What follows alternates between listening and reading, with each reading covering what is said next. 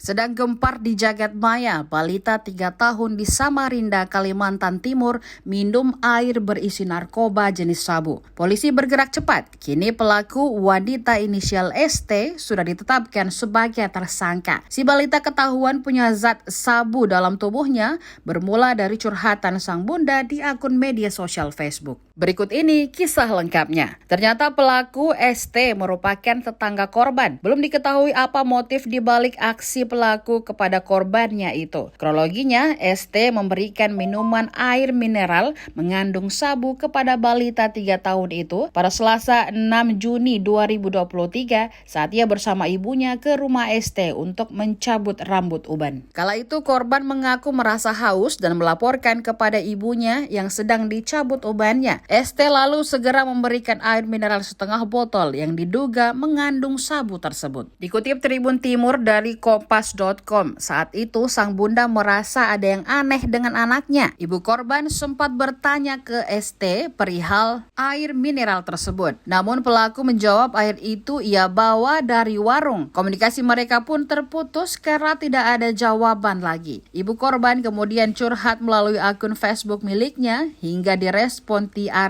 PPA Kalimantan Timur. Balita itu selanjutnya dibawa ke Rumah Sakit Atmahusada Mahakam Samarinda untuk periksa urin dan terkonfirmasi positif metamfetamina yang terkandung dalam sabu.